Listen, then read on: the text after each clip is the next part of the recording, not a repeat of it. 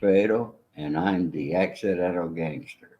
Welcome to this episode of Chattin with Staxx. I'm your host, Bill Staxx, and today I got the legend, Mr. Ori Spado. What's up, Ori? How you doing, my friend Bill? I'm doing great, man. You know, things are moving along. I'm working every day hard towards my goal, and I'm finally starting to see some results. Well, I'd like to tell everybody I was not planning on doing any interviews at all this week because I'm extremely busy, and I'm beginning Thursday. I'm beginning stories with Ori's. I've been telling everybody about them on my social media. So you're going to want to follow and subscribe to my YouTube station, The Accidental Gangster, to be able to get these. These are going to be live, actual stories at different places, beginning here in Hollywood, Los Angeles, and then from here we're going to Palm Springs, Las Vegas, Florida, New York, with things that I've actually done, where I collected money, how I did it, how somebody got robbed, how I arranged it, and all sorts of other different things, folks. So you're not going to want to miss it. And the reason I decided today, I happen to like Bill Staxx. As you see, Bill Staxx has got a suit on over there. He's looking dapper. And, he's turned his life around, and he's trying to do good things for people. So that's the reason I'm here with Mr. Staxx today. In addition, it happens to be a friend of mine for over 50 years. Sonny Franzese, if he were alive, would have been 106 years old today. Wow. And I just want to say, Sonny, rest in peace, my friend. And, the bush is still going on out here, but rest in peace. You're with Tina, your daughter. God bless you all, wherever you are. You're in a good place. And I just want to send my love and respect to you on this day. Yeah, thank you, Bill. He's with his mom, Maria, and his father, Carmine. I was talking to you earlier, and I was telling you about how they were on a trip to Italy. His parents were on a trip to Italy, and they had Sonny Franzese. And on one of them trips, and 6 months later, they came back to Greenport, Brooklyn with Sonny.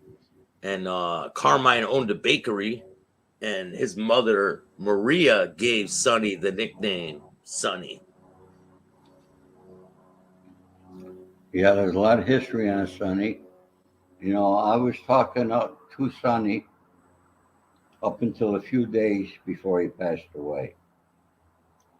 And I'm going to tell you something, the guy sounded great. Once he got to that hospital, he went very fast. Do you remember some of the days back? Huh? Do you remember back when you first met Sonny? I'd like to address that situation, and I'm happy that you brought it up. Because, somebody wrote a book out of Long Island, New York, who works for Newsday. And she was trying to interview Sonny Franzese. And she went to the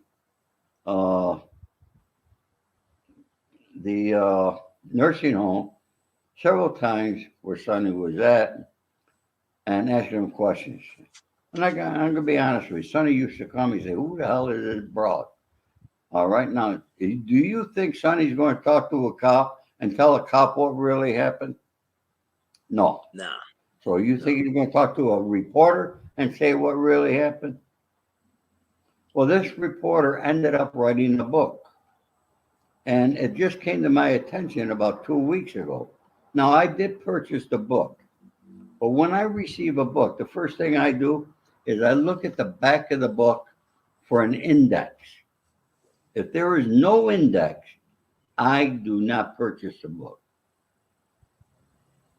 Now, I got my personal reasons for that there. You're writing a book about somebody and you're naming other people, you should have an index. Otherwise, basically, you're writing a book on hearsay. Well, in that book, okay, on her book, page 169. See, my first meeting with Sonny took place at Trattoria Siciliana on 2nd and 20 something in New York. With him that evening was his wife Tina, his son Johnny, and his daughter Tina, all little kids. With me was Lou Perry, who made the introduction. It was the very first time. We ate dinner, family style. Now, I happen to be allergic to fish, and a fish was served, and I got violently ill. I was hanging on probably the only tree on 2nd Avenue. I'm vomiting. I was in the bathroom with diarrhea. It was bad. Now, you ask anybody that knows me, and they will tell you there's certain fishes that I'm highly allergic to, mainly because I think it's the mercury level in it.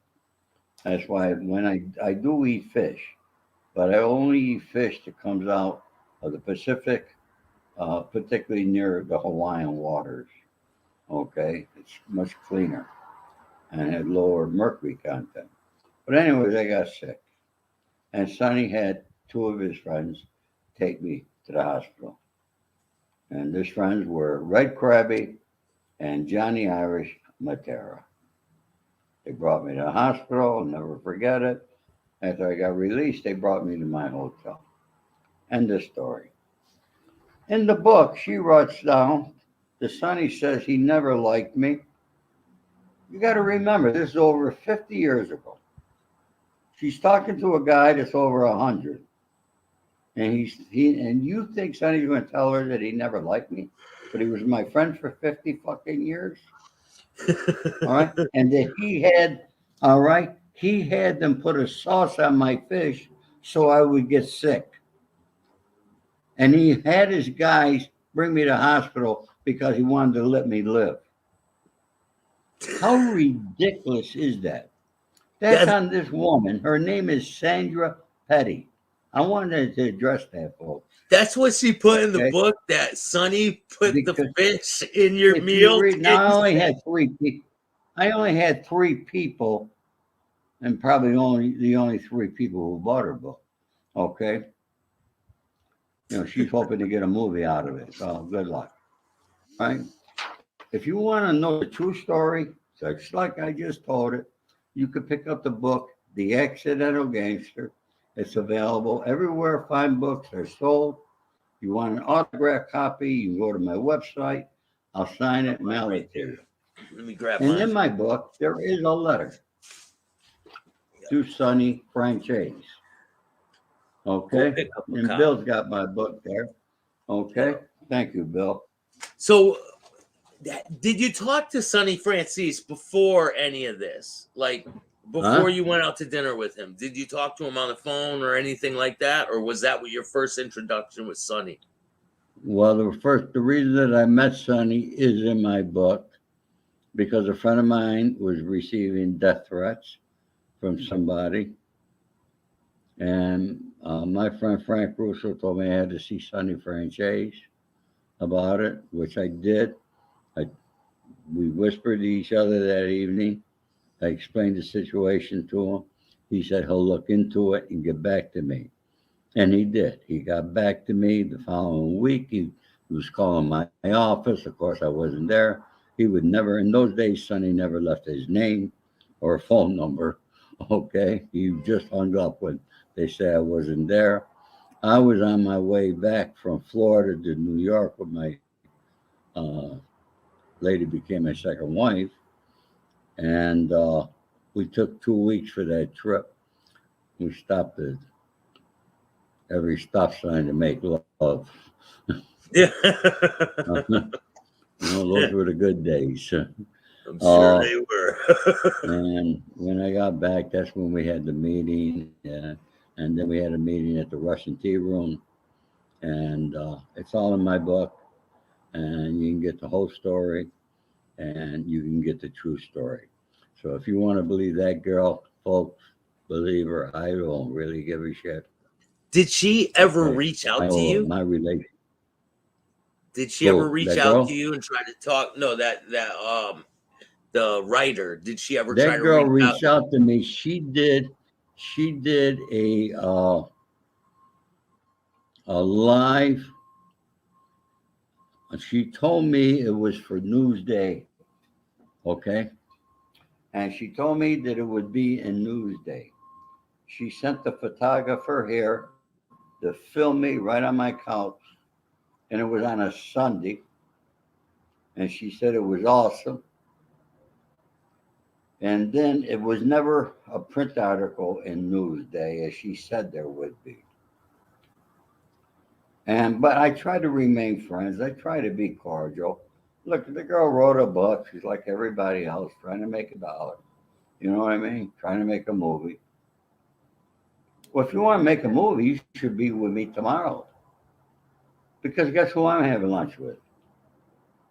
I'm having lunch with three of the best writers in Hollywood. Three of the biggest names in Hollywood, along with my son. I'm Ori Spado, and I'm the Accidental Gangster.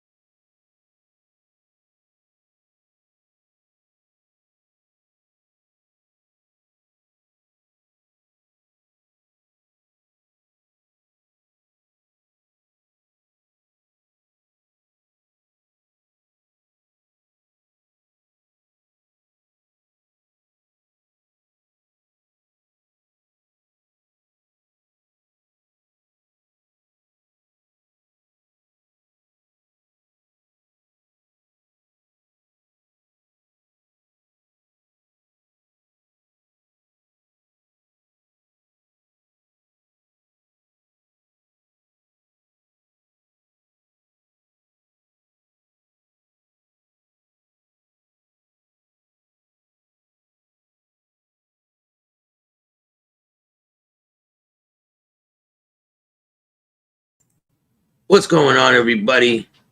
Hope you guys like that interview with Ori Spado. Got a lot more things to come. If you guys want to help out with the toy drive, we got 2 days left. Things are looking okay right now. As of the minute right now, we're looking all right. So if you guys want to help, every single dollar helps. We're just gonna try to make the kids.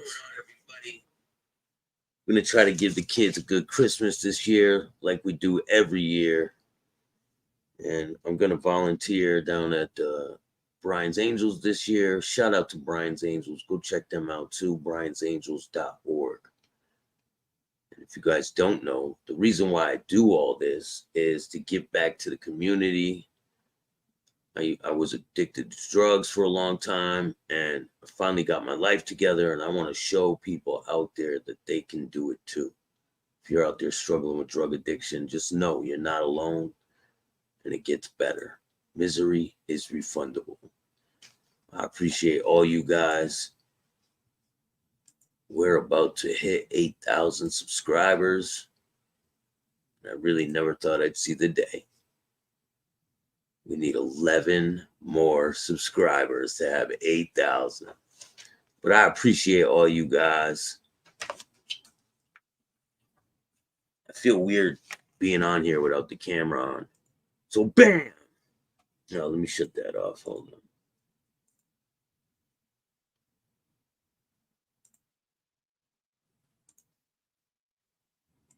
We don't need no green screen, but I appreciate all you guys.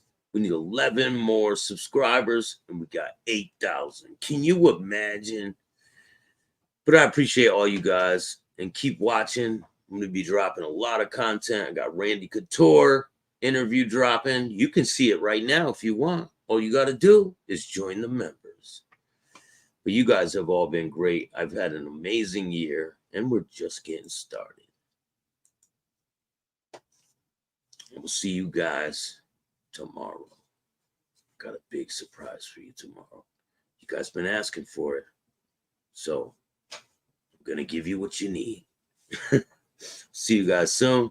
Have a great night. And remember, if you don't like this podcast, start your own. And don't be a bitch.